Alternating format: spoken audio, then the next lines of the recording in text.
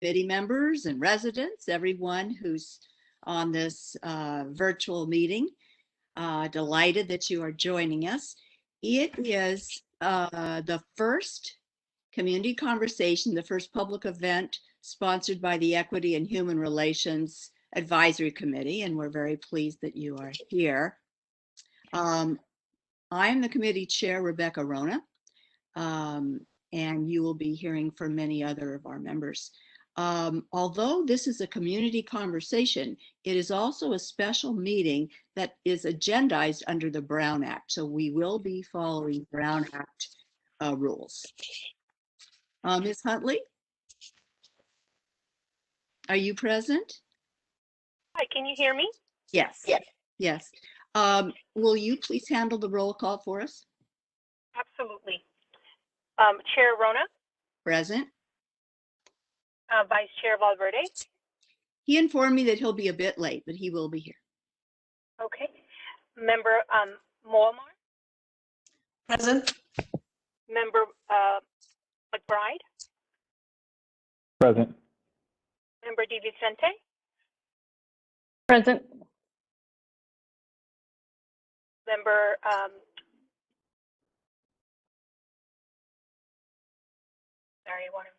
Dennis, Michelle Dennis? Present. Member Grimes? Present. Member Bono? Present. That's everybody. Thank you. Excellent. Soon, thank you very much, Ms. Huntley. Soon I will hand the meeting over to member Haifa Momar and member London McBride. They and other members of the subcommittee have planned tonight's special meeting. Ms. Condren, do we have speakers for public comments on items not on the agenda? No, we do not. Okay, then we will move forward. Members of the public, after our community conversation, our committee will hold the remainder of this meeting as we normally would during a regular meeting. You are welcome to stay, and it will be brief. Member Moamar and Member McBride, will you please take it from here? Good afternoon, good evening, everyone. Thank you for joining us. I just want to say the third member that worked as diligently is member Anissa Di Vincente. And we also are holding another event on Juneteenth, which is on Saturday, June 19th. And it's going to be a big event, so please keep an eye on that. And I'm going to start, I'm going to introduce Mr. Wong, Professor Wong, which we, Marshall Wong is a senior intergroup relations specialist from the Los Angeles County Commission on Human Relations. He's a native of Los Angeles. He has coordinated anti-hate crime activities since 1999. He's a principal author of the agency's annual hate crime report. Professor Brown also starts a countrywide coalition, the Network Against Hate Crime, and provides training for law enforcement and service providers. He's also an adjacent professor of Asian American Studies at the Pasadena City College, PCC. Marshall is a founding member and a former co-chair of API Equality LA. It's an organization that works with advanced LGBT equality in the Asian Pacific American community. Previously, Marshall held positions with the Smithsonian Institution and the mayor of Washington, D.C. He was a fellow at the Kellogg National Leadership Program and was named Social Worker of the Year by the National Association of Social Workers. Marshall received his Bachelor of Arts in Sociology and his Master of Social Welfare from the University of Southern California, at Los Angeles. Sorry. Additionally, he has studied Spanish in Cuernavaca, let me pronounce this, Cuernavaca, Mexico, and Antigua, Guatemala. Has written articles for Social Justice, The Washington Times, and Asian Week. Marshall also authored a biography about his father, Gilbert E. Wong, the first Chinese American judge. And thank you for joining us, and thank you for doing this, Mr. Wong. Thank you.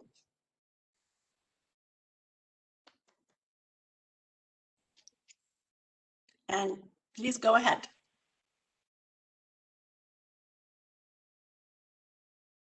Okay. Thank you for inviting me. What I'm going to be doing this evening is beginning with the legal definition of hate crime in the state of California, because I think we all need to be on the same page. I'll be then giving you an overview of the highlights from our 2019 countywide report. I'll give some specific information about hate crime in Culver City in recent years. And then I've been asked to talk about the current national crisis with a rise in anti-Asian violence, and ending with a little bit of what can be done. Okay, I was told that I should plan on speaking for about an hour, followed by Q&A. However, if there's something that I say that just needs to be clarified, please feel free to jump in if it was unclear, and I'll get started. So the Los Angeles County Commission on Human Relations has been collecting and analyzing data since 1980. Oh, and I guess this would be the time for me to ask whether or not the first slideshow that I sent could be shared. Is that, Hi, Marshall, it's Stephanie. Yes, I'm able to open the very first original document. The last couple you sent, I cannot open at all. So, are you okay with that first original? Sure, because yeah, I just added a couple of extra slides at the Okay, end. perfect. I will get that up. Okay, thank you. Our annual report on hate crime has been represents one of the longest standing efforts on the part of any governmental agency to study the phenomena of hate crime.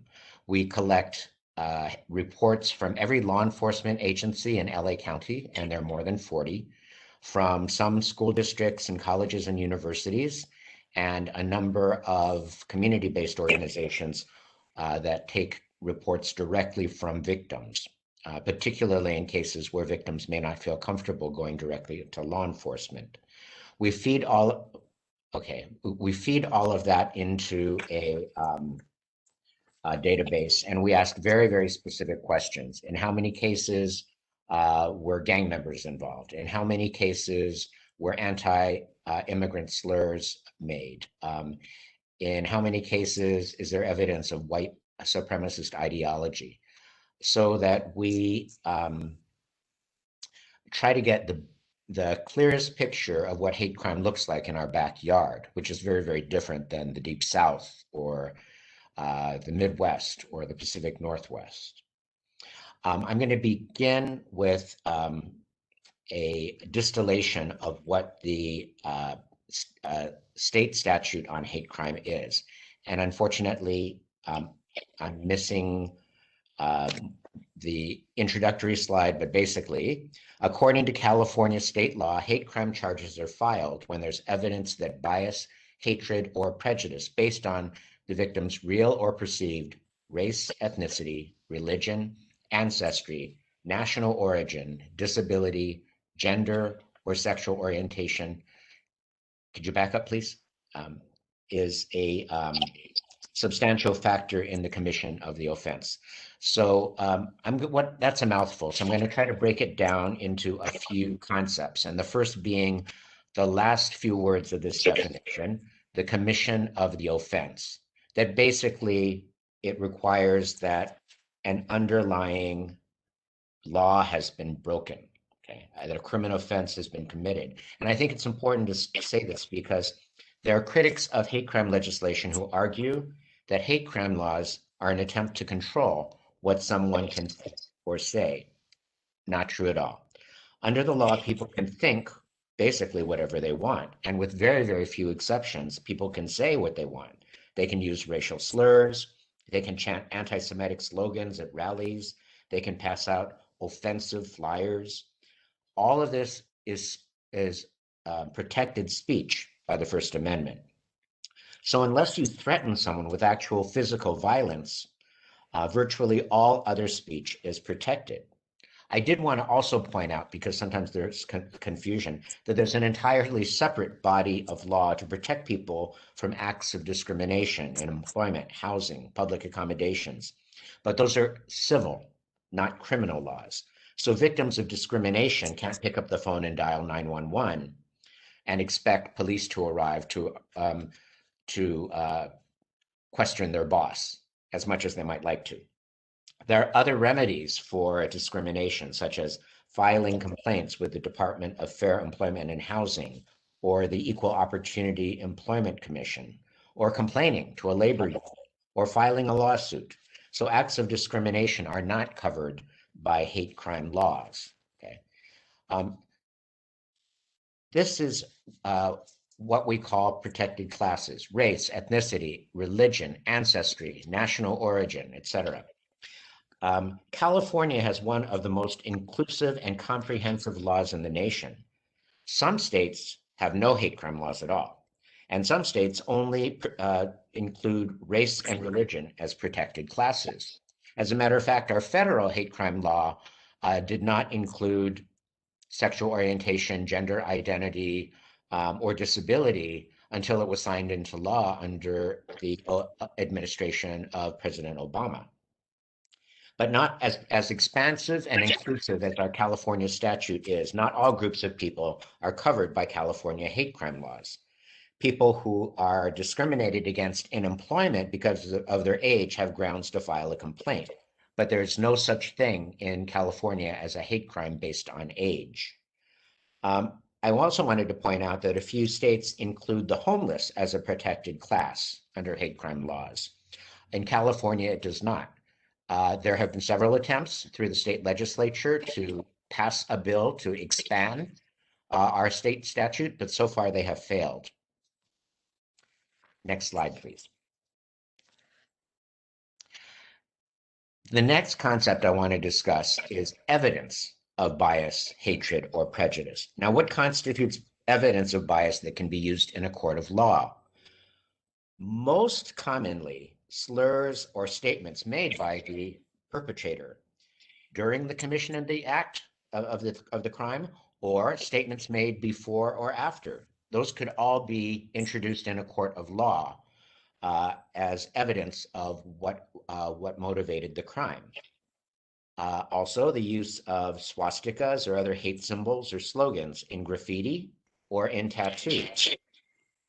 Clothing that's associated with skinheads, such as white t-shirts, jeans, Doc Marten boots, red shoelaces, those can also be introduced into as evidence. Possession of white supremacist literature, even a history of visiting certain websites. You know, at the time of the Oklahoma City bombing, there were only a handful of hate devoted websites. Today, there are more than 1,000, and that doesn't include chat rooms. And some of these websites are very, very specific. Some are directed at fans of white supremacist rock music. Others are directed at women, encouraging them to do things like get involved in their PTA or run for school board in their local school district to oppose bilingual education and multicultural history. Even there are websites which are appealing to children. I know one of the most frightening demonstrations that I saw was a website in which the players of a game would be walking through the streets of New York City, turn the corner, and if they could quickly shoot and kill all of the Jews and Blacks in a large crowd, they would earn points. So this was a way of trying to attract very young children and get them to fall under the influence of white supremacy. Even the day a hate crime takes place, such as Hitler's birthday or Martin Luther King's birthday, which are common for when people choose to commit premeditated hate crimes. On this slide, we also will deal with the concept of real or perceived, because it doesn't matter if the victim actually belongs to the group being targeted. What matters is the perception of the perpetrator. So, for example, Sikh Indians are neither Middle Eastern nor Muslim, but they're often mistaken as Muslims because the men wear turbans or other head coverings and let their beards grow as part of their religious practice. Many Sikhs have been victims of vicious anti-Muslim hate crimes. It doesn't matter that they were cases of mistaken identity. Okay, you can still convict someone for a hate crime because of what their misperception was. And here we see on this slide the concept of a substantial factor. Hatred has to be substantial, not incidental in the commission of the offense. For example, if two men get into an argument over a sporting event on TV and it escalates into a fight and one of them uses a racial slur, it's probably not a hate crime. Hate crime doesn't have to be the only motivation, but in this case, what was motivating the conflict was a sporting event. And frequently when people are fighting, they'll use fighting words and think of the cruelest language that they can in order to, show their anger. And so the job of a prosecutor would be to show that hate wasn't incidental, but it was actually a substantial motivating factor. Okay. Next slide, please. So what happens if someone is, number one, convicted of a criminal offense, but also a hate crime enhancement? Okay.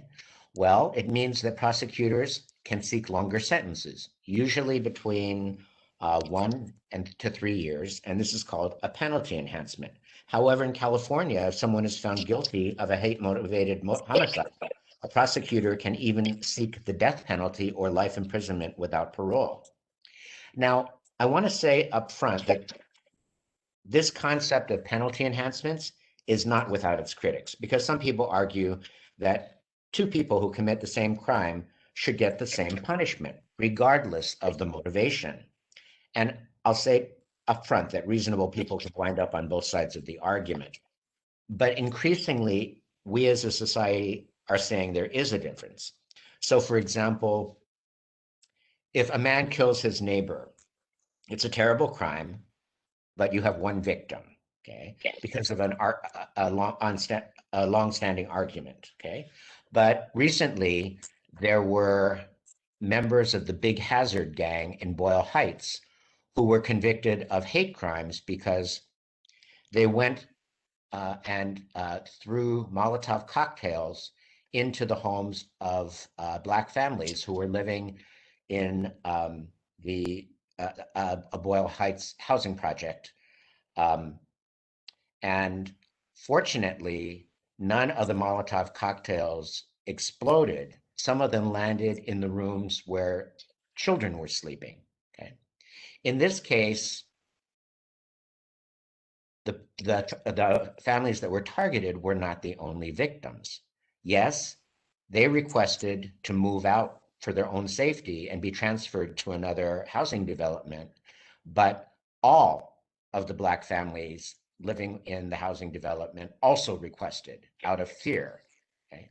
And so what you have is not just an individual, or you have an entire community who is targeted, and they live their daily lives in fear, and the quality of their lives are diminished. And for this reason, hate crimes which target entire classes of people or communities are considered more serious and deserving of more serious punishment.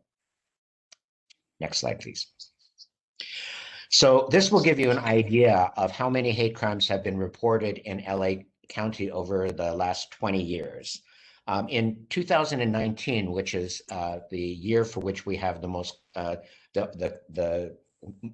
the most recent complete data set, there were 524 hate crimes committed, which was only one more than the previous year. So in a sense, it's not big news. However, you see that the 524 hate crimes reported is part of an upward trend. Hate crimes hit a 23-year low in 2013, and since that time, they've risen 36%, which is cause for concern. But you can see also that the number of crimes reported in 2019 is much, much lower than the late 1990s and early 2000s. The largest number of hate crimes ever reported was in 2001 due to the backlash against Muslims and Middle Eastern people following September 11th. There were 188 of these crimes that were committed, mostly during the 3 weeks immediately following September 11th. So how is that LA County faring? It all depends on how far back you pull the lens of the camera.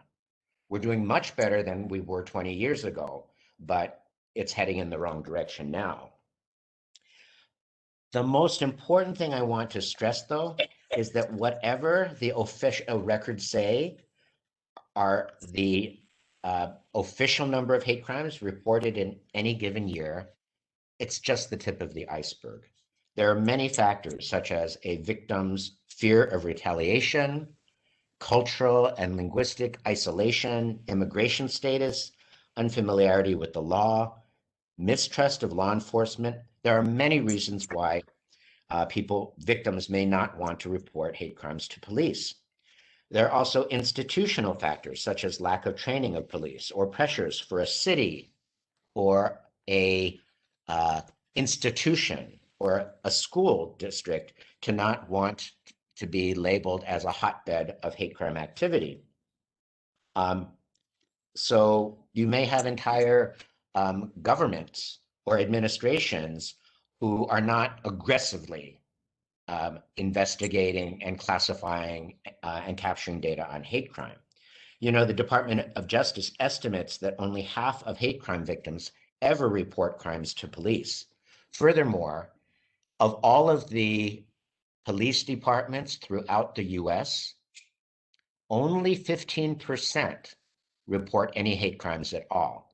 The other 85% either do not report to the Department of Justice or say there were no hate crimes committed in their jurisdiction. Okay.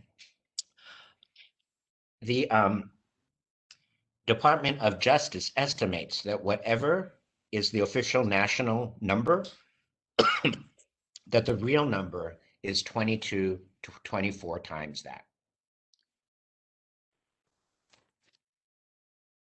Next slide, please. In any given year, hate crimes motivated by race are the largest category, comprising about half of all hate crimes. African Americans in 2019 were again the largest group of victims. Although African Americans only constitute about 9% of LA County residents, they made up almost half of racial hate crime victims. And this has been a trend that we have been tracking for many years. One of the major reasons historically why we've seen an overrepresentation of African Americans as victims of hate crime are Latino street gangs, which are affiliated with the Mexican mafia, which is the largest and most violent of the prison-based gangs. For years, actually decades, the Mexican mafia has been at war with Black inmates, and they've given their street affiliates the order to try to drive African Americans out of their neighborhoods. And so frequently, those street gangs associated with the Mexican mafia have the number 13 in their names.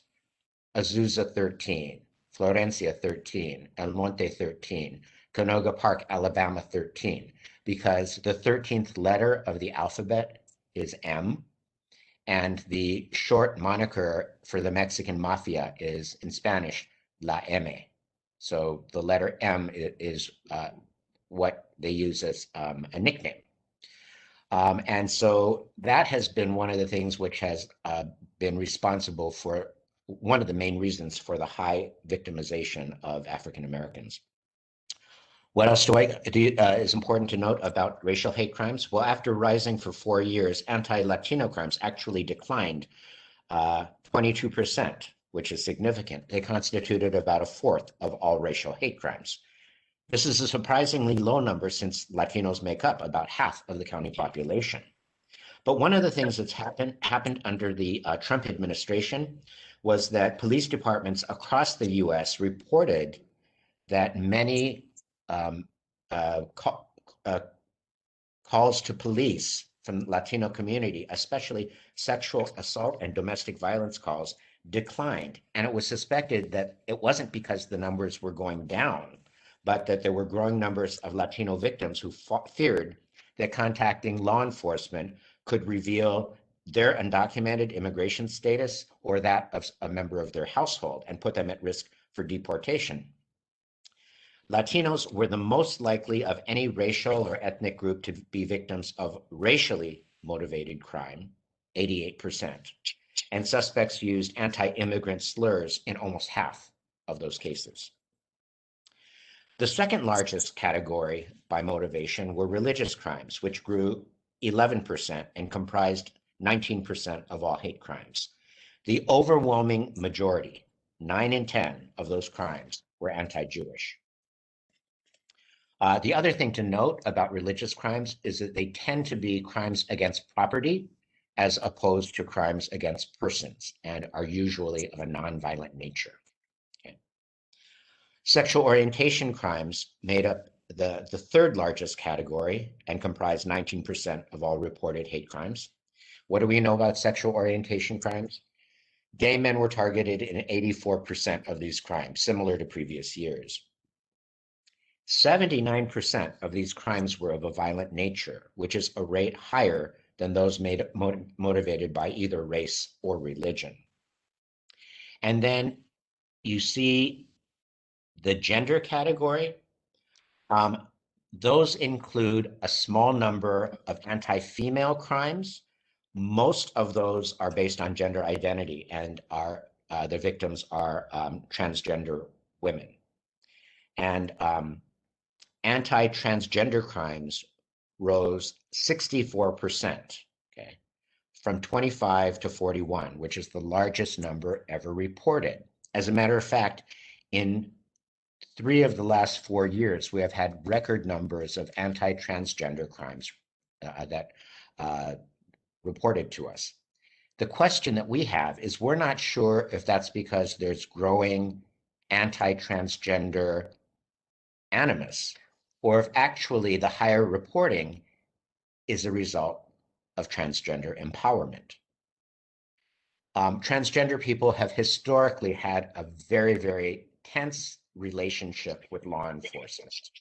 And in recent years, we have never seen such an unprecedented attention paid to transgender issues, starting from school policies to pop culture to workplace rules, okay, governing behavior and treatment and fostering respect for transgender persons. It could be that the higher numbers in these last few years are a reflection that transgender victims of hate crime who previously would have felt fearful or too intimidated to report to law enforcement are finding their voice and are feeling empowered and expecting to be treated with respect. Next slide, please. This will give you an idea of the specific groups that are targeted in hate crimes. And as in the past, the great majority, almost 3/4, targeted 4 groups: African Americans, gay men and lesbians, Jews, and Latinos. Of the largest group of victims, only anti-Jewish crimes grew. Of the smaller groups of victims, a few experienced increases in hate crime. And as I mentioned, anti-transgender crimes rose 64%. Anti-Asian crimes grew 32% from 19 to 25. And anti-Middle Eastern crimes grew 143% from 7 to 17. Next slide, please. The most common criminal offense reported in 2019 was vandalism, followed by simple assaults, aggravated assaults, which cause greater harm and potential permanent injury, and acts of intimidation, which are criminal threats. These 4 offenses comprised 92% of all hate crimes, similar to earlier years. There were no murders reported in 2019, but there was 1 attempted murder. In Lancaster, a Latino male was arguing with another Latino male on a bus. A Black male victim asked the suspect to stop. The suspect said, "What are you going to do about it?" and used the N-word. The two began to argue and started fighting. The suspect pinned the victim against the front windshield of the bus, pulled out a knife, and stabbed the victim multiple times in the face while calling him racial slurs. The suspect was arrested by sheriff's deputies, and the victim was transported to a hospital with deep lacerations in his head, neck, and face. A couple of other notable things. Violent hate crimes grew from 61% to 65%, which was the highest rate reported since 2008. And 93% of gender-motivated crimes were of a violent nature, followed by sexual orientation, 79%, race, 75%, and religion, 32%. That was supposed to be the previous slide. And then after declining 2 years in a row, white supremacist crimes jumped by 38%. This next slide will give you an idea of the geographic distribution of hate crimes throughout LA County. And as you can see, that virtually no areas are untouched by hate crime, except for the purple region to the left, and then the, it's kind of light, I guess, orange. And that's because those are unpopulated mountain ranges. But virtually almost every other part of the county is affected by hate crime, but you can see that they are not evenly distributed. The largest number of hate crimes took place in what we call the Metropolitan Service Planning Area, which is the area which stretches from West Hollywood eastward through Mid-Wilshire, Hollywood, downtown LA over to Boyle Heights, followed by the San Fernando Valley. But what's more interesting is to compare the number of people who live in each of these regions and the number of hate crime, because that will give you a rate. And again, the Metro Service Planning Area had the highest rate, followed by a place you wouldn't have expected, which is the West Service Planning Area, which includes Beverly Hills, parts of West LA, and many of the affluent beach cities. This is, I believe, the fifth year in a row where that part of the county had the second highest rate. And it's kind of surprising because you don't think of Santa Monica or Malibu or Venice being hotbeds of hate crime. The lowest numbers and rates of hate crime were found in the San Gabriel Valley and the eastern region of the county that includes cities like Downey and Norwalk. Okay, and I'm just going to explain a little bit about that. Remember how earlier I stated that the overwhelming majority of hate crimes target 4 groups? There are very, very few African Americans living in either of those areas. There are very, very few Jewish synagogues or schools or other institutions in those areas. And there are very, very few businesses that cater to the LGBT community. So you just don't have the same kind of factors or demographics in that part of the county that would follow the overall patterns for who is being targeted most frequently. Now I'm going to shift briefly to Culver City and some statistics about nearby cities. And I'm going to say briefly because in 2019, there were no hate crimes reported in the city, in Culver City. And in the previous year, there were only 3. Compare that to in 2019, Beverly Hills reported 5, Santa Monica reported 10, West Hollywood reported 11. Now, if you count up how many hate crimes were reported in these cities, which are approximately the same size and have a lot of similarities in terms of socioeconomic status, during the past 5 years, Culver City only reported 5 hate crimes. compared to 21 for Beverly Hills, 31 for Santa Monica, and 77 for West Hollywood. So you can see even within a West Side region, you can have very, very different numbers and rates of hate crime in neighboring cities. I'll give you just a few details about the 3 crimes that were reported in 2018. All of them occurred at schools. They were all cases of graffiti, okay? And this is in the next slide. One was both anti-Jewish and anti-transgender. One of the cases of graffiti was anti-African American, and one was anti-Latino. The first one took place in a school that was unnamed in the police report. They had redacted that information, but the other 2 occurred at West Los Angeles College. Now I'm going to be moving into talking about the current wave of anti-Asian violence, and I'll begin with a few examples. So March 16th, 2020, Midland, Texas, a Burmese father and his 2 sons, aged 2 and 6, were stabbed while shopping at a Sam's Club. Next slide. After being arrested, 19-year-old Jose Gomez told police he thought, quote unquote, they were Chinese and infecting people with coronavirus. In San Francisco, an 84-year-old Thai grandfather was violently pushed to the ground by a Black teenager and died 2 days later from his injuries. Also in San Francisco, a 75-year-old grandmother was punched in the face by a white male. She countered by hitting the attacker with a wooden board, and the attacker had to be taken away on a stretcher. Okay. What followed was a community fundraiser organized by her grandson on a GoFundMe page. It raised more than $1 million to help with her medical expenses, and she announced subsequently on the GoFundMe page that she would donate all of the money to organizations that combat racism.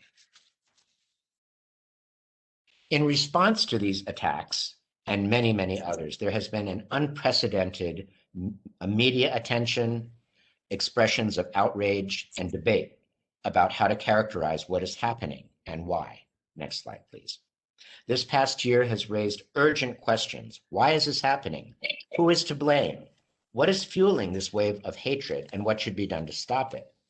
And none of these questions can be answered in a soundbite, press release, or rally speech. Ultimately, amid tragedy, fear, and anxiety, anger, deeper questions demand to be answered. Next slide, please. Where do Asian Americans fit in America's racial hierarchy? How do Asian Americans view themselves? As people of color with much in common with other racial minority groups? In the middle of the hierarchy with whites on the top and Blacks and Latinos below them and are resented on both sides? As persons who identify as more similar to white Americans or are white adjacent? As a group that is more successful than white Americans because of high educational levels and high family income? And then finally, how do non-Asians of all backgrounds view us? Next slide.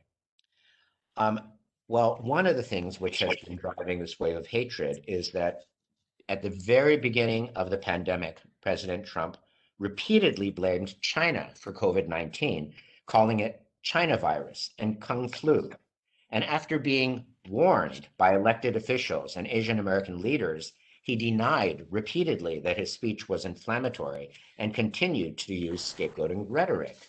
But former President Trump was not alone in spreading bigoted conspiracy theories.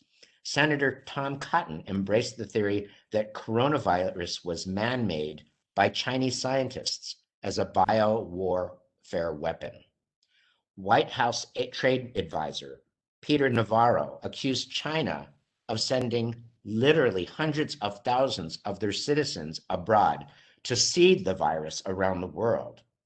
Conservative radio host Rush Limbaugh claimed the pandemic was being weaponized to bring President Trump down, a conspiracy by the liberals. And apart from this, videos went viral depicting For example, an Asian woman eating bat soup. That video wasn't even filmed in China, but fed views that Chinese are barbaric because they consume insects, rodents, and snakes.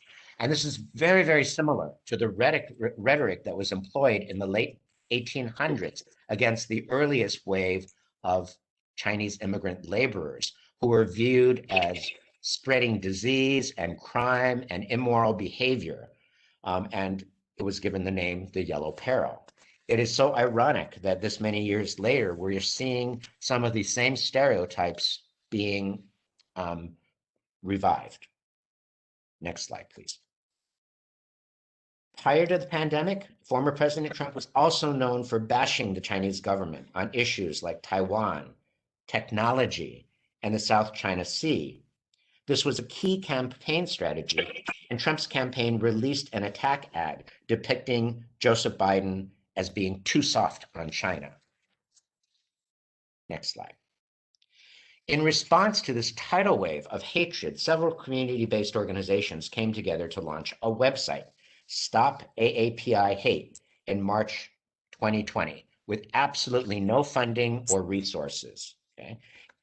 Encouraging people across the country to report not only hate crimes, but other acts of hostility. This next slide. The site collected almost 3,800 reports of hate in less than 1 year. The great majority of these, 68%, were verbal attacks. 20% were acts of shunning or avoidance, such as someone moving away on a public bus from someone who is Asian, or walking around them, or in some cases, patients in hospitals being told that they didn't want Asian doctors or nurses near them, okay? And 11%, which means almost 400, were physical assaults. Who were the victims? Well, if you look, next slide, please, into the ethnicity of who was targeted, by far, Chinese Americans were targeted most frequently in more than 40% of the cases, followed by Koreans, Vietnamese, Filipinos, and Japanese. Frequently, anti-Chinese slurs were used against Asians of other ethnic backgrounds because many, many people have no way of being able to distinguish one Asian ethnic group from another. Next slide. By far, the largest number of reports of anti-Asian hatred came from California, almost half, followed by New York, Washington, Texas, Pennsylvania, Massachusetts, and Illinois. And you can see that after California and New York, there was a huge drop-off in the number of acts of hate that were reported. Which brings us to the question of, should the current wave of anti-Asian crimes be classified as hate crimes? Well, some clearly meet the legal criteria, but the majority of these cases were acts of hate speech, which do not rise to the level of crimes, but are nonetheless frightening to the victims. Some are acts of discrimination, which are not hate crimes. They're not covered by criminal law. They're covered by civil law. There were a number of robberies of senior citizens that may have been fueled by hatred, but may have also been crimes of opportunism, not hatred, because the senior citizens were viewed as vulnerable and easy marks. And in others, it's hard to discern. Others may be complicated mixtures of rage, mental illness, and other factors. There's just no simple answer. Next slide, please. But regardless of how they are classified by law enforcement, the sheer volume and viciousness of some of these attacks have led to widespread fear and anxiety. This is the first time in my life that I've seen friends expressing fear of leaving their homes or boarding public transportation. Some are pleading with their elderly parents not to go on their daily walks by themselves. Others have started taking self-defense classes or buying pepper spray or tasers. And sadly, gun sales to Asian Americans have been going up across the country as well. In a recent poll 1 in 3 Asian Americans stated that they were afraid for their safety. And in an amazing polling result, when asked, what is your biggest fear today? More Asian Americans said racism than coronavirus.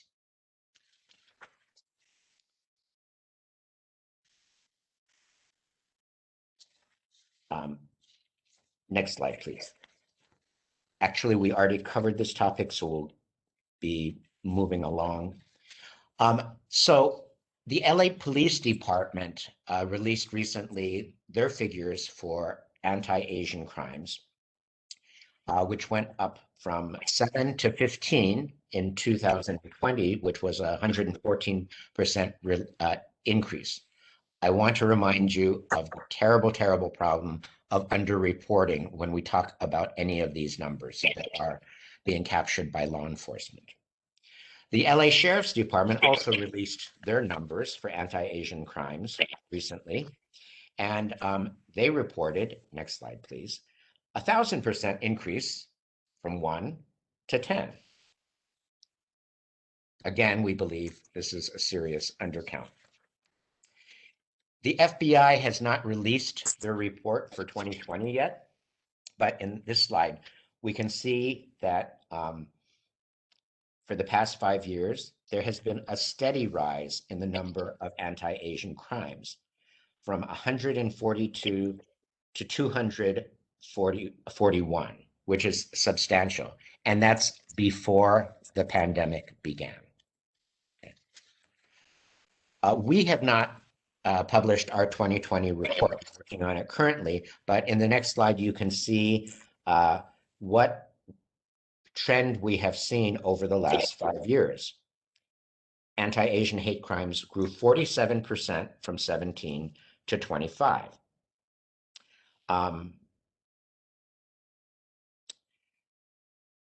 Although Asian Americans constitute 15% of LA County residents, they were targeted in only 9 or 10% of reported racial hate crimes.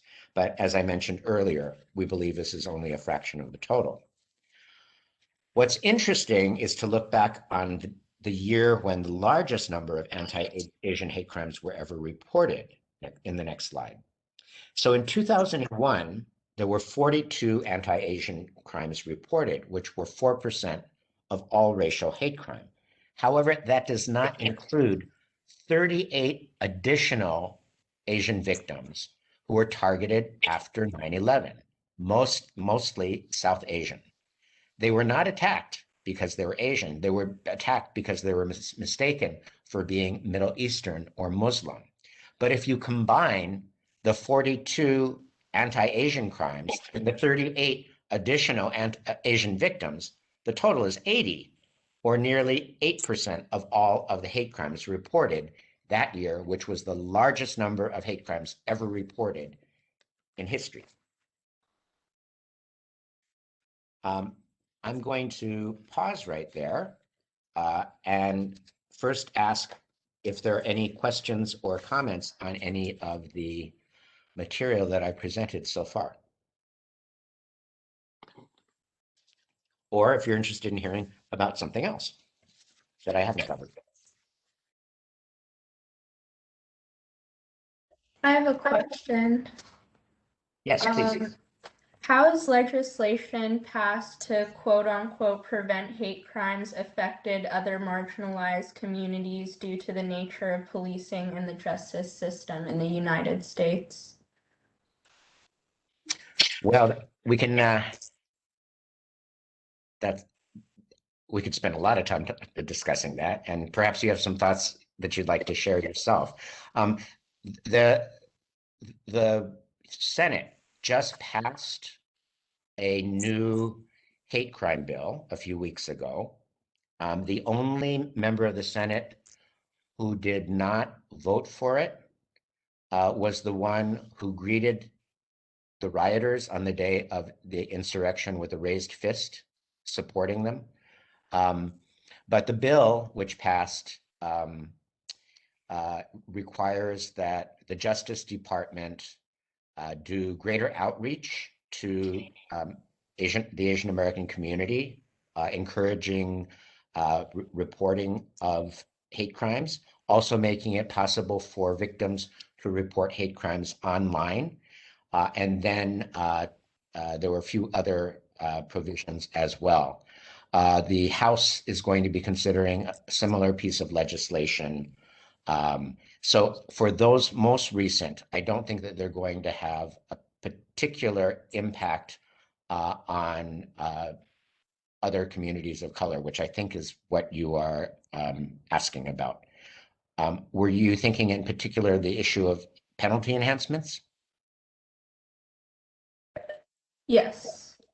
Okay, so we had our newest district attorney attend a meeting of our county-wide coalition, the Network Against Hate Crime. Initially, when he took office in the first week, he made a broad directive to all of his assistant district attorneys to not seek penalty enhancements anymore, okay? And there was pushback by many people working in the field of hate crime, saying that this would actually render hate crime laws worthless, and that if you believe that crimes targeting entire communities of people are of more serious nature, then the penalty enhancement is the only way of being able to demonstrate that. Okay, and so as a result of a number of different organizations contacting the district attorney, he made an exemption for hate crime enhancements and a few others. Okay, I know that penalty enhancements continue to be debated, but for people working in the area of hate crime specifically, there's still broad support for it. Would you like to follow up with some thoughts of your own? It's okay. Thank you for sharing that. Okay. Mr. Wong, it's Michelle Dennis. May I ask a question? Of course. Do your statistics reflect reporting through police channels? Channels? I'm operating under the assumption that your statistics reflect what's been reported to police departments. Am I correct? About half of the reports that we get are from LAPD. About a quarter in any year we receive from the Sheriff's Department, and the other quarter come from either other law enforcement agencies, colleges or universities, or community-based organizations. The largest contribution of reports from non-governmental agencies come to us from groups like the Anti-Defamation League and the LA LGBT Center. Regarding the underreporting issue, the thought occurs to me that if the primary location for reporting a hate crime was something other than a law enforcement agency, perhaps a commission for a city, a human relations commission, do you think that that would provide a safer environment for possibly victims to report? So I'll answer this question in a few ways. There are some non-governmental agencies, like the ones that I mentioned, who have trained staff to be able to take reports from victims and handle it in a sensitive way and make referrals. We also now have the County 211 line, information line, which actually is a contractor. It's not government run.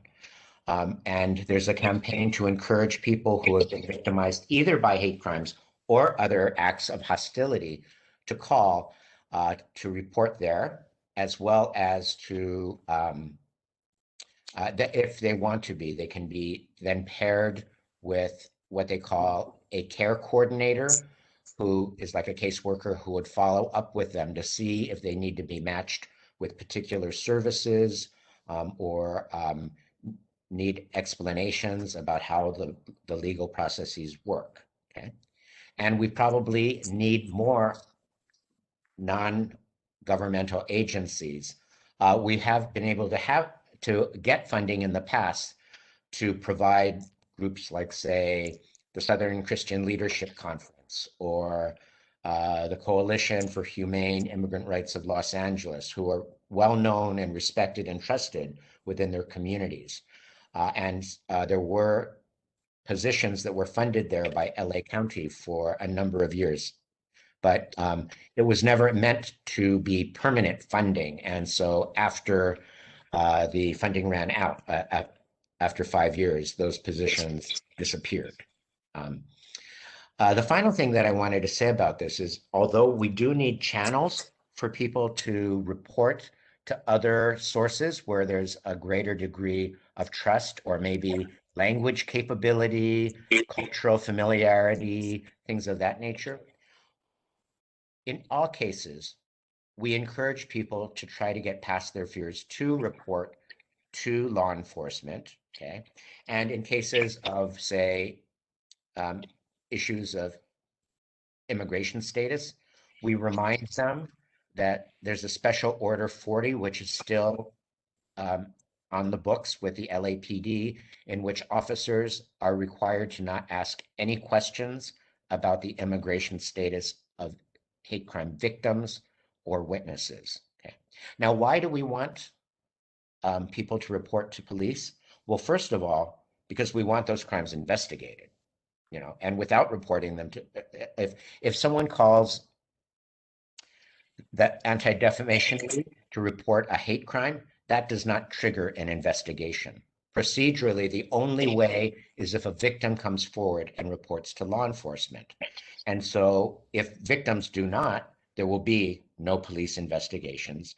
And in some cases, then there will be perpetrators who will get off scot-free. The other thing is that we do believe that we want to encourage the official records of law enforcement to reflect more fully the depth and breadth of the problem. Okay. So, I mean, there are a number of reasons why. And, you know, the thing is that by reporting to police, it also creates a trail. So if this person goes on, let's say someone commits a low-level hate crime, like a vandalism, okay, of someone's car or their home, you know, or their office at work, okay, that creates a trail. So if that same person goes on and reoffends, those prior bad acts come into play in terms of how they will be treated in both in sentencing, definitely, but also the previous case is further evidence of the state of mind of the perpetrator. So let's say they go on to commit another crime targeting the same group, but don't use any racial slurs. That prior reported act in which a swastika or racial slurs were used could be evidence as to a pattern, okay? And without that prior one, we wouldn't be able to establish bias motivation, possibly. So I hope I was clear. That I was giving Yes, a lot thank of you. information. Thank you very much. And that's just a follow-up short comment. In the past, it has come to our attention in the transgender community that law enforcement agencies did not always consider the crime to be a hate crime if they looked at the victim only from the perspective of their physiological structure, their sex based on physiology rather than gender identity. So I suspect that factor contributes to perhaps an undercounting of crimes against gender non-binary and transgender people. Having read police reports for more than 20 years now, it seems as though the training that law enforcement, especially in the larger agencies, is getting is making a change in the way they capture information. Much less misgendering, and much more sensitivity to using the preferred pronouns of the victims. It hasn't changed completely, but it's been moving in the right direction, which I think is creating a better climate and better relations between the transgender community. And the fact that local governments are organizing transgender task forces, to help bridge the gap between what is largely a very marginalized and impoverished community, and providing them avenues to interact with government in better ways than they've experienced in the past. Well, that's good to hear. Thank you very much for that information.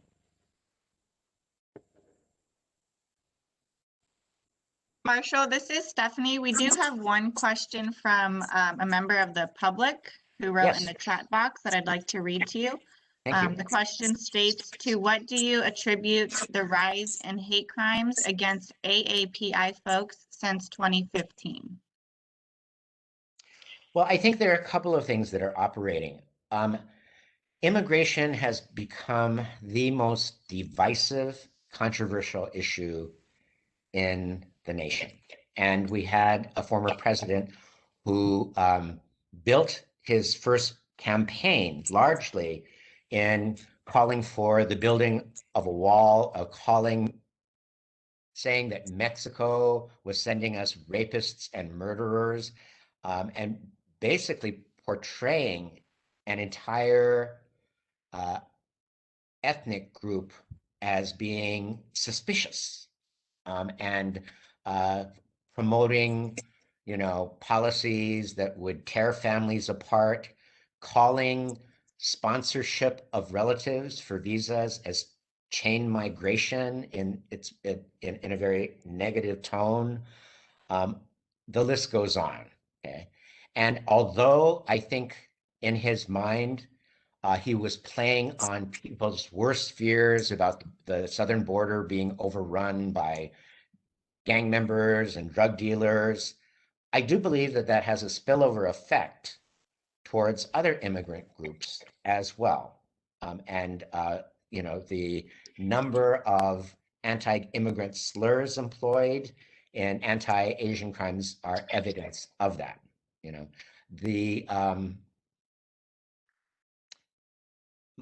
The first members of my family arrived in California in 1852. And still, I was at Yosemite within the last month and was approached by some out-of-town hikers who were lost. And instead of coming up to me and saying, "Excuse me," or "Good afternoon," their first question was, "Do you speak English?" Which suggests to me that far too many people still think of Asian Americans as perpetual foreigners. And no matter how many generations we've been here in the US, that because of our physical appearance or because of lack of information or contact, these folks were from Michigan, I think that that's one of the things that makes it easy to make Asian Americans the other, as some group that is less deserving of being in the US. But I think that also that's been rampant throughout US history as well.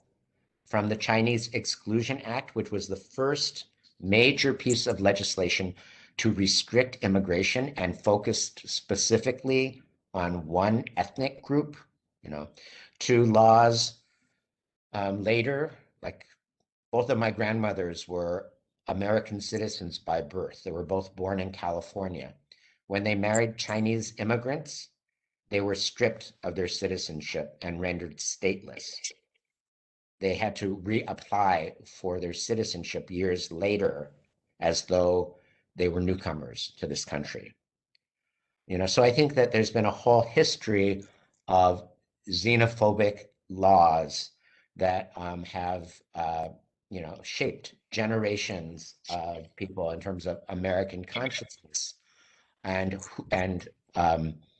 who they believe are real Americans, those who actually belong here. I would also say that in the last 5 years, there have also been some complicated debates about social policy that have not social policy, foreign policy, with China emerging as the new rival to the US, whereas replacing, the former Soviet Union. And I think that there have been polls show rising negative feelings towards China, and too many Americans assume that the actions of foreign governments are the responsibility of people who look like them in the US. So I think that those are some of the different factors that have been feeding into and igniting greater hostility towards Asians in America.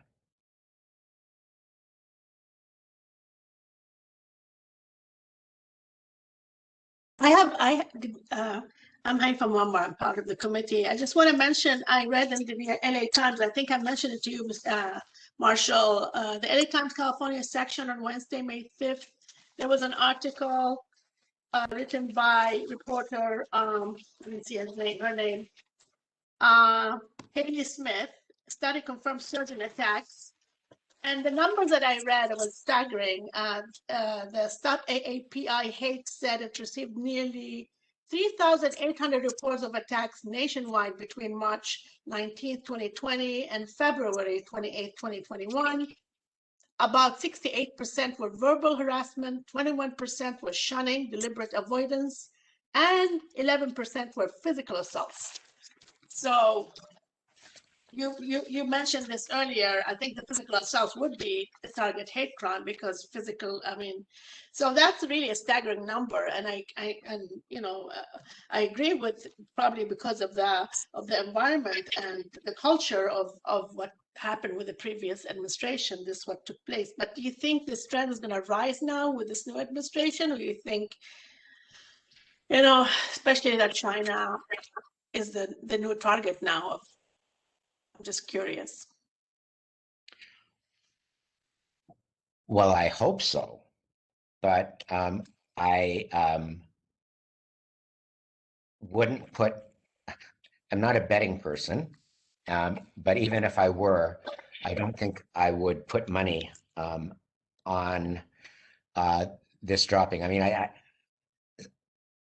community leaders have spoken out vociferously. We've seen large rallies attended by people of all different racial and ethnic backgrounds, candlelight vigils, press conferences, and it doesn't seem to be abating so far. Most recently, a few weeks ago, there was an elderly Korean couple attacked in Orange County. They were knocked to the ground. Fortunately, there were witnesses who recognized him as someone who had harassed a Japanese American athlete a couple weeks earlier, and she had posted videos of him online. They recognized him. He was wearing the same clothing. They saw the assault, and they held him until law enforcement arrived. There was another family in Orange County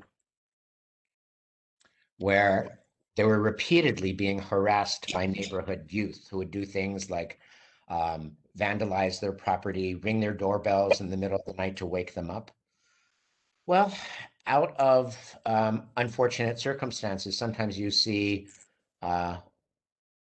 people coming together. So the neighbors in that case collected lawn chairs and they took shifts all night long to make sure that that family was going to be safe. And some of the neighbors even came to apologize to the family because they realized some of their own children were involved in the harassment. We have seen in the midst of tragedy acts of heroism and compassion.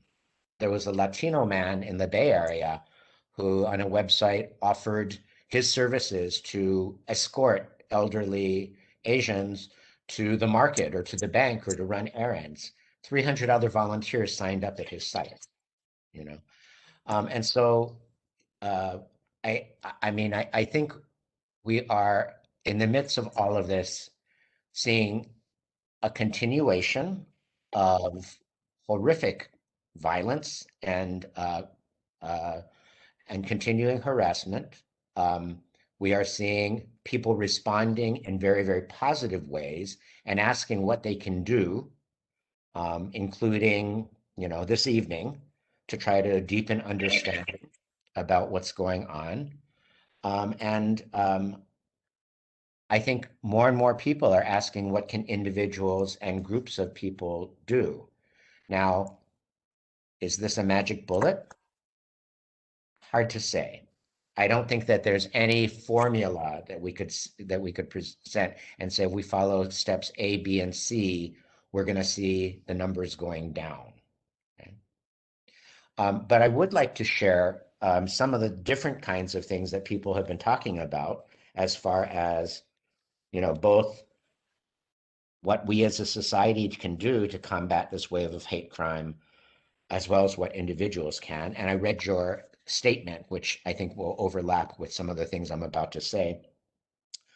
Obviously, particularly after the Atlanta shooting spree, there are calls for stricter gun control laws, including mandatory wait times and background checks. I think there are wide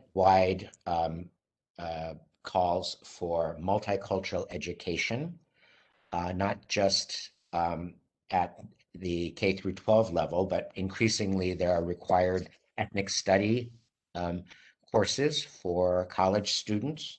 And personally, I think requiring one ethnic studies course is a good start, but I think there needs to be more. And I think that particularly for people to be literate in a multicultural society, that multicultural education cannot just present stories of contributions and heroes of different backgrounds. It also has to get into the very, very complicated issues about why people are divided. I teach Asian American Studies at Pasadena City College, and in the last 7 or 8 semesters that I've been teaching this course, I think only one of my students was aware of the tension between Korean merchants in South LA and Black community residents as a motivating factor for the LA riots. And in fact, the destruction of Asian businesses during the LA riots represented, something like 40% of all the losses. And yet my students thought this was only about the acquittal of the police officers in the Rodney King case, okay? That's shocking to me, okay? That such an important part of local history would not be fully fleshed out, and that students could graduate from high school not having any sense as to the multiple causes for what caused the worst civil disaster in American history, okay? There's controversy about some calls. Some people are saying there should be extra police patrolling in vulnerable communities that have been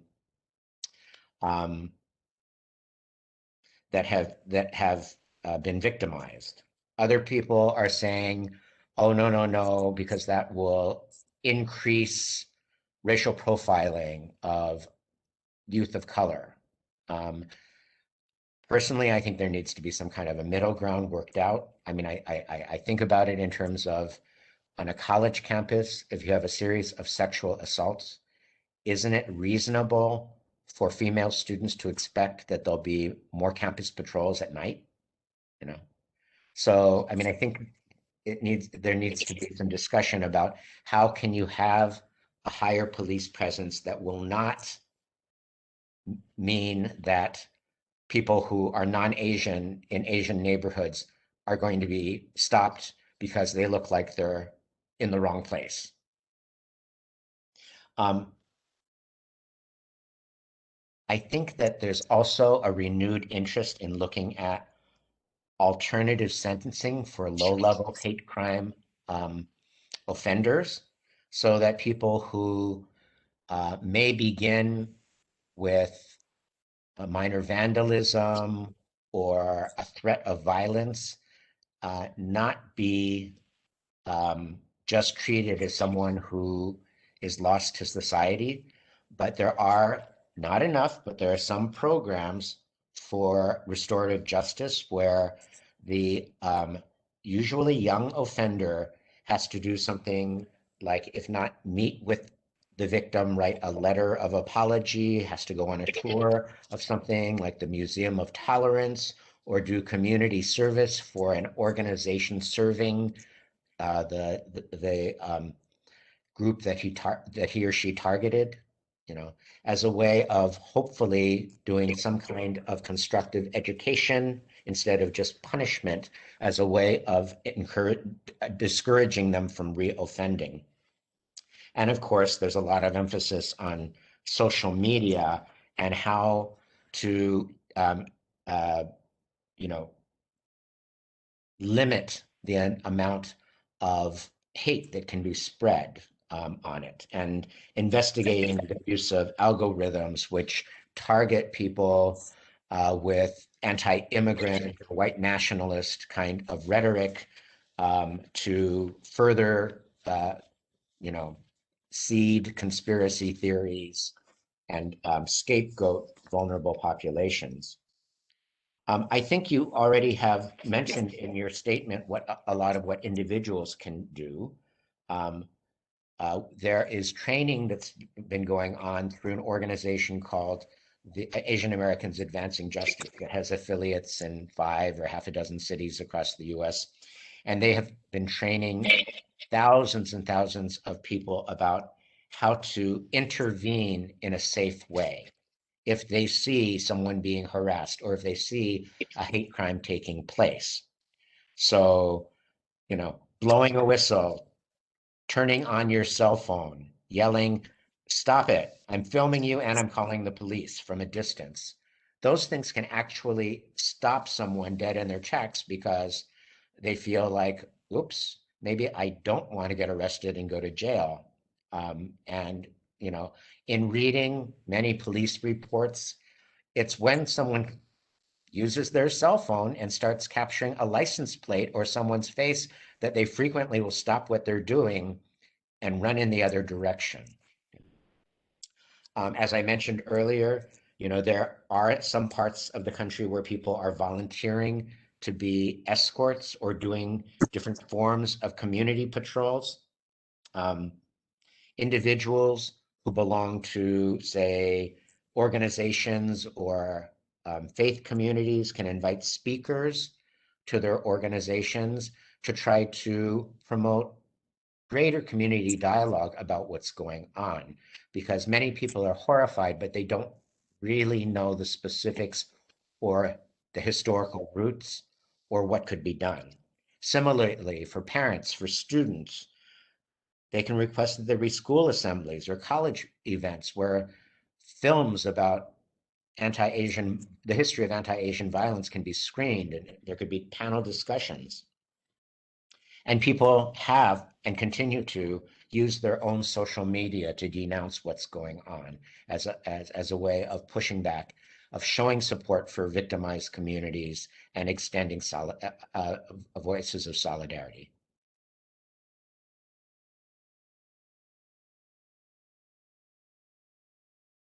I think I went on a bit of a tangent after I answered the question.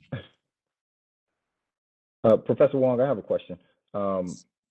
regarding law enforcement, what can they do to encourage those in those protective groups to make those reports, to be brave and make those reports? What part do they play in that kind of that fear that they don't want to report it? Well, I think there are a few things that are important. Maybe the most important is to have structured communication with the leaders of each of those communities so that there's a constant back and forth that could include holding town meetings in various places. So LAPD does this several times a year where they'll have like an LGBT community forum where people can come and hear about, criminal activity that's affecting their community, ask questions about what's being done in the investigation of a particular case, and actually get to know who are some of the players and point people within law enforcement who are responsible for outreach, public education, and maintaining relations with specific groups. I mean, there are some Muslim community liaisons from both, I think, the Sheriff's Department as well as LAPD. Now, that's a tough one to bridge because of everything that's gone down, since 9/11. But yet, having those liaisons go and speak at mosques, and introduce themselves does a huge service in terms of reducing some of the distance. I also believe we need a lot more training for police officers, not just in how to recognize a hate crime, but in how to sensitively deal with people who are victims and witnesses, from using the correct preferred gender pronoun to being able to understand the what victims are going through when they feel like their entire sense of security and maybe belief in this country has been shattered. So I think we need more training for police officers. And I also, as mentioned before, think that we need more funding so that trusted community organizations that are organic and rooted in these various communities that have been historically marginalized can be funded to have people who do hate crime public education as well as provide services and assistance. There are probably a lot of other things that I haven't thought of, but those are some of the most important things off of the top of my head.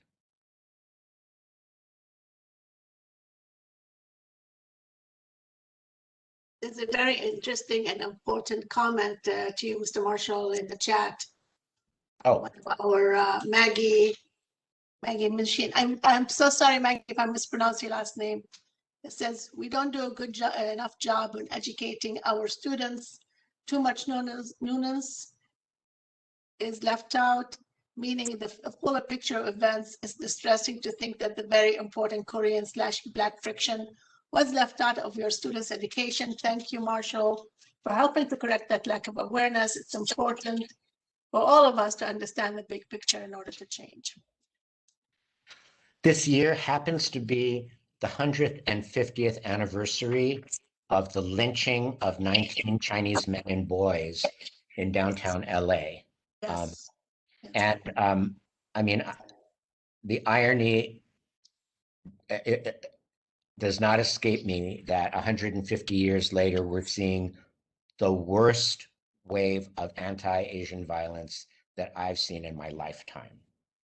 I think that there will be many commemorative activities leading up to the actual anniversary in the fall, which will provide opportunities for people to tie history to what's going on today.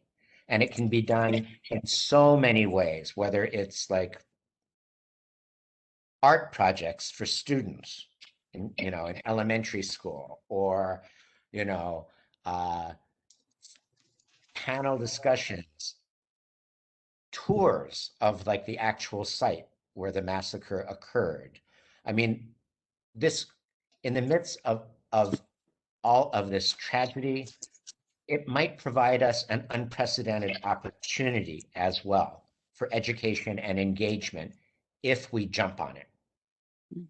If we take this as a serious watershed moment in history, and future generations will look back and grade us on how vigorously did we respond?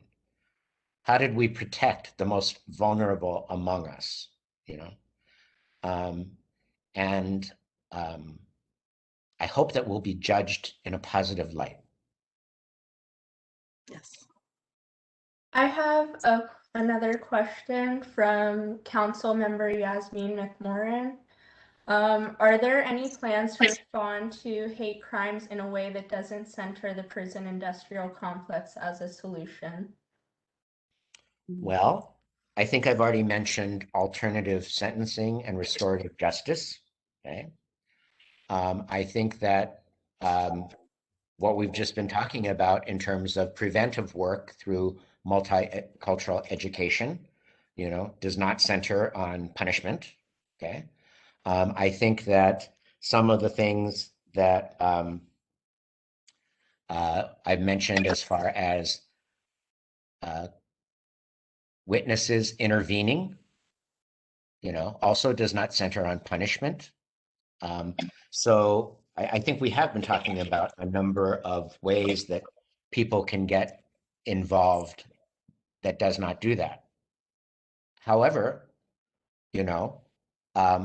at the same time, the law states that people who are guilty of crimes and are motivated by bias or hatred, will be prosecuted. To not prosecute them would send a terrible message to the victimized communities, as though their lives were worth less.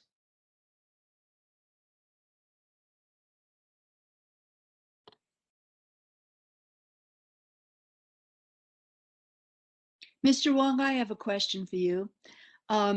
I am aware that a few months ago, the state of California, or the Department of Education within California, created an ethnic studies curriculum for, I'm not sure if it's K through 12 or only high school students, but I imagine you're aware of this, and I'm just wondering what you think the potential of it is. I haven't had a chance to look at it myself, so I don't want to comment. I mean, I think, one of the things that is frustrating is that there are a number of different groups that are developing curricula right now, specifically on the responding to this current crisis. UCLA Asian American Studies, Asian Americans Advancing Justice. The thing is that all of this, as far as implementation, is voluntary. And schools increasingly are being put under pressure to teach to the test. Yeah. To do a million different things that are competing priorities. So actually getting these materials into the classroom, is going to be a huge challenge. And we also know that as there are more and more calls for increasing multicultural education, there's also a movement pushing back against it. Okay? So from the former president canceling all of the training for federal employees on implicit bias, down to accusations that are being made by some forces that ethnic studies is inherently discriminating against whites. I mean, these are some of the battles that I thought we had put behind us 40 years ago, but are resurfacing, as fear and anxiety grows in this country. I do believe that even though the BLM protests this past year had amazing public effects on, say, even the way we speak to each other. I mean, I language like systemic racism, or white privilege, which had previously been limited to the quarters of community activists and certain academicians, is now being used by mainstream politicians, by newscasters. That's something right there. For all of a sudden, newsrooms being examined about who are the decision makers there. What is the climate for journalists of color? Okay. Even something which is as seemingly trivial as learning that there were no African American members of like the Hollywood Foreign Press Association, that sponsors the Golden Globes. I mean,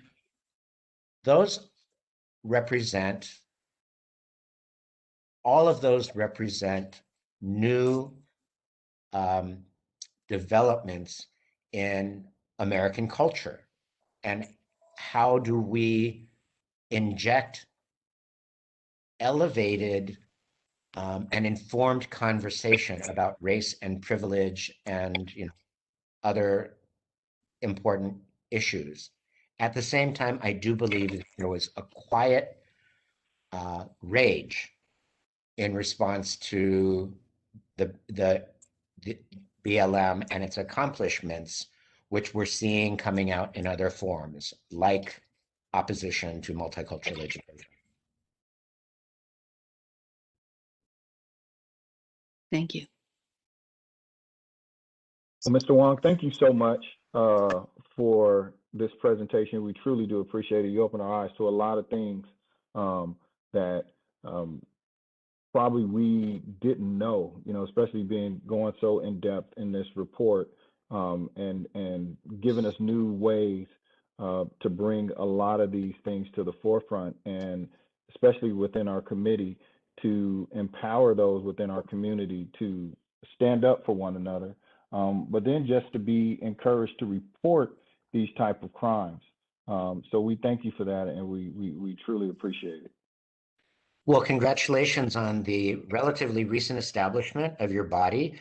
It's wonderful because, honestly, we saw many, many more active organizations of this nature 20 years ago. And then because of cuts to staffing and other factors, many of those organizations have disappeared. And there has never been a greater need for people to come together, in bodies like this, and to provide advice and counsel, and if necessary, advocacy to your local governments about how they are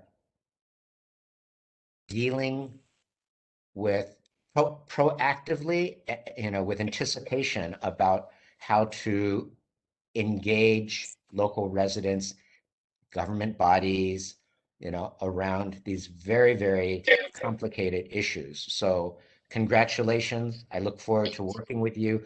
Some of the different human relations organizations ask for an update once a year, probably not this long, but, to find out, what new kinds of developments or trends are going on countywide, or if there's more local information. I mean, right now, in terms of the number of hate crimes reported in Culver City, it's looking very promising compared to neighboring cities, but, maybe that's something that you would like to see on an annual basis, to see how you're comparing to your fraternal cities, neighboring cities. So the last thing I want to say, because I know that we're probably over time, is that we are available to make presentations to a wide array of bodies, whether it's, you know, in educational settings, civic organizations, service groups. I've been speaking to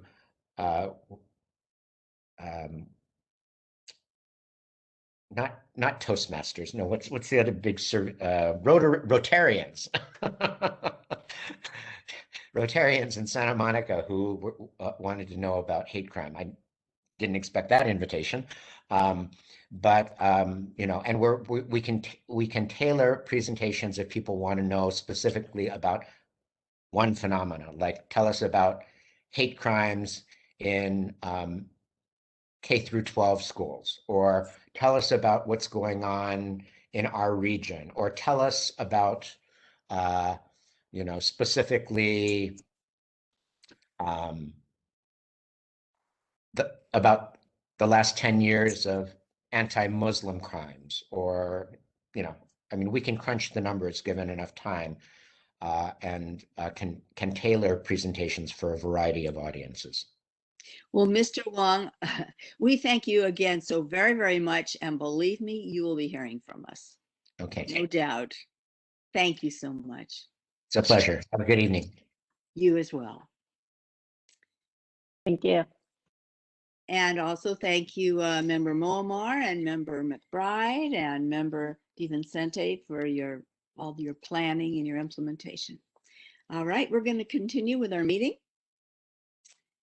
Ms. Huntley, is there a staff report tonight?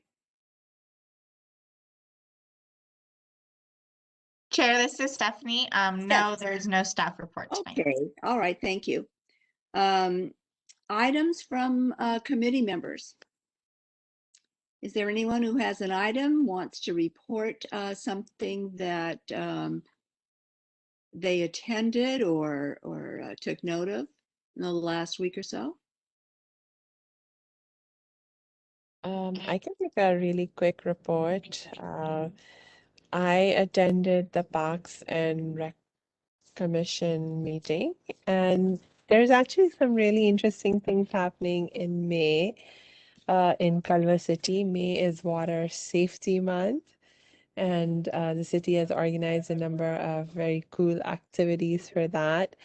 May is also Older Americans Month, and not only will there be a proclamation about that, actually that has already happened, but there will also be a Senior of the Year award and a drive-through carnival for seniors coming up on May 20th. So some really fun activities there. And oh, they also had planned a very fabulous Mother's Day event that was online. And they were also talking about how there will be kids' summer camps organized. And in previous years, the camp was generally only held at the Veteran Park, but this year it's been extended to 5 or 6 different parks across the city. So it's going to provide even more local community access and create more space for more kids to be able to participate. So yeah, some really great things happening in Culver City. Okay, thank you. Is there anyone else who would like to report? Yes, Chairperson, this is Michelle. Yes. Hi. Yes. On Wednesday evening, I attended the city's Finance Advisory Committee. And a couple of key points. Monday night or Monday afternoon at 3 o'clock and Tuesday afternoon at 3 o'clock and possibly Wednesday, the city staff will be presenting to the city council budget study sessions on the proposed fiscal year 21-22 city budget. And if you want to attend, I'm sure you can make an appointment to get online through the city council or city clerk's office. Secondly, at the Finance Advisory Committee meeting next month in June, they'll have a session devoted to the city's budget. the city at this point, as reported by a subcommittee on the Finance Advisory Committee, they expect to have a full opening in LA County by June 15th of businesses. So we can expect, if that happens in the latter part of June into the summer, a big influx into the city of people for entertainment and eating and so forth. And so that may be a time period when we might begin to hear some complaints being forwarded, especially given the information that Mr. Wong has presented to us. I guess those are the key items, and that concludes my information item. Thank you very much. Anyone else? Okay, I'm going to ask a question of Member Grimes. She's not, I know you're not expecting this. The deadline for students to apply to become the student representative to our committee, that deadline is May 17th, so that's just a few days from now. And I'm wondering, Member Grimes, if you've spoken to anyone, or I should say, has any student, asked you questions about the position? Anything of that sort? I've had one person reach out to me so far, but that's about it. I have not had any other engagement, but I have heard that several students have been reached out to from teachers, and different organizations have been within our school have been notified of the position. So I'm hoping people from there will apply. All right. Well, thank you for that. Okay, anyone else? Does not appear so. Let me mention that our next regular meeting is Tuesday, May 25th, not that long from now. If there are any subcommittees that need to meet again, that need to write reports, please do so. Your reports will be eagerly accepted by Ms. Huntley, I would say Monday or Tuesday of this coming week, because her office needs to do quite a bit with them. All right, unless I hear otherwise, may I have a motion to adjourn? I motion to adjourn. Second. Okay. And is perhaps Ms. Condren, if Ms. Huntley is not there, could you take the roll call, please? Yes, I'll take the roll call. Chair Rebecca Rona, Present. Vice Chair Carl. Aye. Thank you. Aye. Vice Chair Carlos Valverde, Aye. Member Samia Bano, Aye. Member Michelle Dennis, Yes. Member Anissa DiVincente, Yes. Member Kira Grimes, Aye. Member London McBride, Aye. Member Haifa Moammar, Yes. and Member Jared Morgan. Yes. Okay, the motion carries. That's wonderful. We'll see you all May 25th. Good night, everyone. All right. Thank you, everyone. So much. Terrific evening, and I'm sure you agree. Thank you.